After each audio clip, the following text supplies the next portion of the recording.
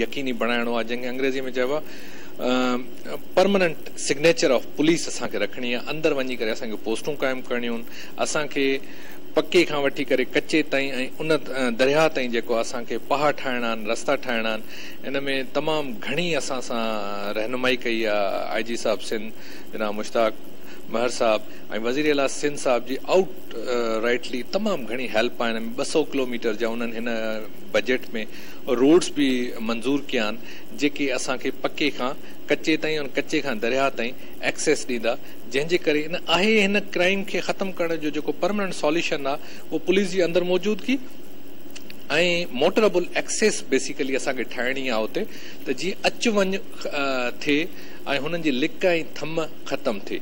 उन दौरान में तव्हां ॾिसो था इहो सिर्फ़ु असांजो ख़ैरपुर लाड़काणो पुल ठही त इलाही क्राइम ते फ़र्क़ु पइजी वियो। ईअं ई वरी हाणे जेका असांजी कंदकोट घोटकी पुल ठही रही आहे 30 किलोमीटर जी, उनजे करे तमामु वॾो फ़र्क़ु पवंदो। इहा accessibility is the key to success. Accessibility हुजे ऐं पुलिस जी अंदरि मौजूदगी हुजे, जंहिंसां इनशा अल्लाह ताला इहो crime for all times to come निप इन टू द बड थी वेंदो। अच्छा सर, इहो त तव्हां पुलिस जे हवाले सां ॿुधायो, पर ॾोहारनि जे हवाले सां जीअं मूं सवाल कयो त जंगल खान तेगाणी उनजा साथी जेको आहे उहे मारिजी विया आहिनि। अञा जीअं ॿ ज़िला आहिनि, कश्मीर कंदकोट आहे, शिकारपुर आहे, कहिड़ा बदनाम ॾोहारी अञा जेके उते मौजूदु आहिनि ऐं हिन वक़्तु ताईं तव्हांजे अचण खां पोइ केतिरा जेको टोटल ॾोहारी मारिजी विया आहिनि ऐं जेकॾहिं उहे बदनाम आहिनि त उहे कहिड़ा कहिड़ा ॾोहारियूं?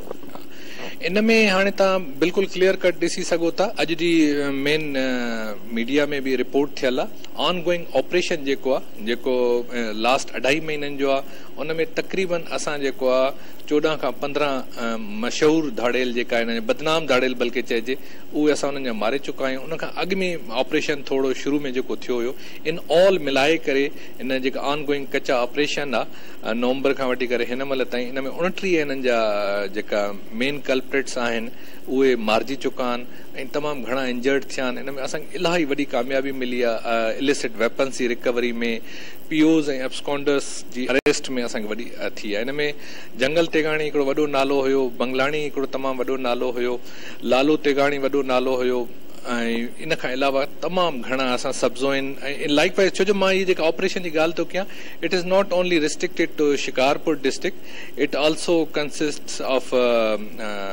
कश्मीर। जो कश्मीर में इहो बेसिकली ऑपरेशन शुरू में थियो हुयो, जेको दुरानी महर जे एरिया में थियो, जेको पुल जो कमु शुरू थियणो हुयो कंदकोट घोटकी, उन दौरान इहो ऑपरेशन लॉन्च कई वई। अमजद उते हुयो ऐं अमजद उते तमामु घणो कमु कयो आहे। अमजद हिन महिल ताईं उते 13 मशहूर उन्हनि जा जेका धाड़ेला आहिनि उन्हनि खे मारे चुको आहे ऐं तमामु 7 खां 10 किलोमीटर ताईं अंदरि पहा कढी चुको आहे, जेका हाणे असांजी एक्सेस जेका आहे उते दुरानी महर में काफ़ी हद ताईं दरिया ताईं थी वई आहे। ऐं इहो ई प्लान असां वरी शिकारपुर खे आज़मायोसीं। शिकारपुर खे थोरो जोग्राफी खे सम्झणु थोरो ॾुखियो हुयो, उनजे करे असांखे थोरो महीनो ॾेढ लॻो उनखे सम्झण में। तनवीर खे हिते हाणे आयो त पर उन जूं कामयाबियूं जेकियूं आहिनि उहे बेमिसाल आहिनि, वंडरफुल कमु थियो आहे शिकारपुर में बि। ॿिन्ही खे मिलाए करे तक़रीबन असां 29 माण्हू उन्हनि जा डकेस जेका आहिनि उहे किल थी चुका आहिनि हिन में। ऐं इन खां अलावा जंगल तेगाणी जो तव्हां हाणे ॾिठो, जीअं जागीराणी आहे, नवाब ऐं रियाज़ जागीराणी वारा आहिनि, खैरू तेगाणी आहे, बेलो तेगाणी आहे, कुझु माण्हू आहिनि पर हिननि खे मेजर लॉस थियो आहे ज़रूरु इन जो। ऐं इन सां असांजो पुलिस जो जेको शहादत हुई, पुलिस जी शहादत जेका आहे उहा अवेंज थी आहे कुझु हद ताईं। पर इनशा अल्लाह ताला इहा असांजी ऑपरेशन अञा वधीक तेज़ीअ सां ऐं वधीक बहितर प्लानिंग सां थींदी। थोरो पाणी आहे, थोरो टेरेन जो इशूज़ आहिनि असांखे हिन वक़्तु, छो जो फ्लड जो सीज़न थो हले पियो, पर इन हूंदे बि असां उन्हनि सभिनी शयुनि खे नज़र में रखंदे असां पंहिंजी प्लान कयो आहे।